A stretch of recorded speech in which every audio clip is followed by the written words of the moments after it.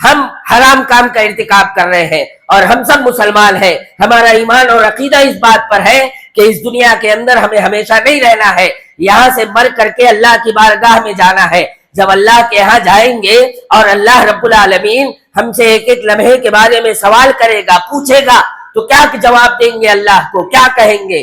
اس لیے اسلامی بھائیوں, اگر اللہ رب العالمین نے ماں باپ کو تکلیف اور نقصان پہنچانے سے منع فرمایا ہے تو لہذا ہمارا کام یہ ہونا چاہیے کہ ہم اپنے ماں باپ کو تکلیف اور نقصان نہ پہنچائیں. اور آگے سورہ بنی اسرائیل میں اللہ رب العالمین نے فرمایا وَقَضَىٰ رَبُّكَ أَلَّا تَعْبُدُوا إِلَّا إِيَّاهُ وَبِالْوَالِدَيْنِ إِحْسَانًا إِمَّا يَبْلُغَنَّ عِندَكَ الْكِبَرَ أَحَدُهُمَا أَوْ كِلَاهُمَا فَلَا تَقُل لَّهُمَا أُفٍّ وَلَا تَنْهَرْهُمَا وَقُل لَّهُمَا قَوْلًا كَرِيمًا وَاخْفِضْ لَهُمَا جَنَاحَ الذُّلِّ مِنَ الرَّحْمَةِ وَقُل رَّبِّ ارْحَمْهُمَا كَمَا رَبَّيَانِي صَغِيرًا. اللہ رب العالمین نے فرمایا کہ آپ کے رب نے فیصلہ کر دیا ہے کہ اللہ کے علاوہ کسی اور کی عبادت نہ کرو اور اپنے والدین کے ساتھ بہترین سلوک کرو. اگر تمہارے والدین میں سے کوئی ایک یا دونوں بڑھاپے کی عمر کو پہنچ جائیں تو تم انہیں اف تک نہ کہنا اور نہ ہی انہیں ڈانٹ ڈپٹ کرنا اور نہ ہی انہیں جھڑکنا, اور جب بھی ان سے بات کرنا ادب اور احترام کے ساتھ بات کرنا, اور ہمیشہ ان کے لیے اللہ رب العالمین سے دعا کرتے رہنا رب ارحمہما کما ربیانی صغیرا, اے میرے رب, اے میرے پروردگار, ان پر رحم فرما, انہوں نے رحمت و شفقت کے ساتھ بچپن میں مجھے پالا تھا, میری پرورش کی تھی. اسلامی بھائیوں, اللہ رب العالمین کے اس فرمان میں بھی بہت ساری باتیں انتہائی توجہ کے قابل ہیں. پہلی بات یہ کہ یہاں بھی اللہ نے اپنے حق کے ساتھ والدین کے حق کو ذکر کیا. اس کی سب سے بڑی وجہ یہ ہے کہ جس طرح سے سب کا خالق, سب کا مالک, سب کا مربی, سب کا پالنہار ایک, اسی طرح سے ہر شخص کے ماں باپ بھی ایک ہوتے ہیں. اسی لیے اللہ رب العالمین نے والدین کے حقوق کو اپنے حق کے ساتھ ملا کر کے ذکر کیا. دوسری بات, یہاں اللہ رب العالمین نے والدین کے ساتھ حسن سلوک کے ساتھ ساتھ اس آیت میں ہمیں 5 باتیں بتلائی ہیں. دھیان سے سنیے گا اور ان 5 باتوں کو اپنے ساتھ لے کر کے جائیے گا. 5 باتیں بتلائی ہیں جن کی پابندی کرنا ہمارے اوپر لازم اور ضروری ہے. 5 باتیں کیا ہے؟ پہلی بات یہ کہ ہم اپنے ماں باپ کے سامنے اف تک نہ کریں. اف معمولی درجے کی گستاخی ہے, چھوٹی سی. مثال کے طور پہ ہم گھر میں بیٹھے ہوں, ہمارے والدین میں سے کسی کو کوئی ضرورت محسوس ہوئی, انہوں نے کہا بیٹا جائیے فلاں کام کر کے چلے آئیے. ہم اٹھے چلے گئے, 2-3 مرتبہ وہ ہمیں دوڑاتے رہے. اب ہمیں غصہ آیا, ہم نے ڈانٹا نہیں, ہم نے مارا نہیں, ہم نے اونچی آواز میں نہیں کہا, ہم نے کہا کیا امی, کیا ابو, آپ ہمیں بار بار دوڑاتے رہتے. تو یہ اف معمولی درجے کی. اللہ رب العالمین نے اس سے بھی منع فرمایا کہ اف ولا تنہرہما, تم اپنے ماں باپ کے سامنے اف تک نہ کرو. تو سب سے پہلی بات اس کو نوٹ کریے کہ ہم آج کے بعد اپنے ماں باپ کے سامنے اف تک نہ کریں گے, یہ پہلی گستاخی.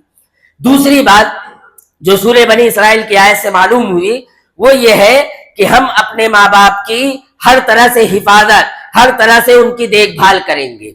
بعض مفسرین کا کہنا ہے کہ جس طرح سے ایک چڑیا اپنے چوزوں کو اپنے پروں سے ڈھانک لیتی ہے اور ہر طرح سے اس کی حفاظت کرتی ہے, بالکل اسی طرح سے جب اولاد جوان ہو جائے اور ماں باپ بوڑھے ہو جائیں تو اولاد کو چاہیے کہ وہ ہر طرح سے ان کی حفاظت کرے, ہر طرح سے ان کی دیکھ بھال کرے, کوئی پریشانی اور تکلیف ان تک نہ پہنچنے دے.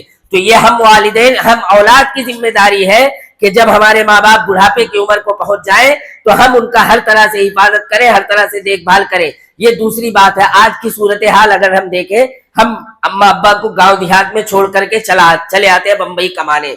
ہاں ٹھیک ہے, نئی وسائل ہے, مجبوری ہے, پریشانی ہے, چلے آئے, ٹھیک ہے.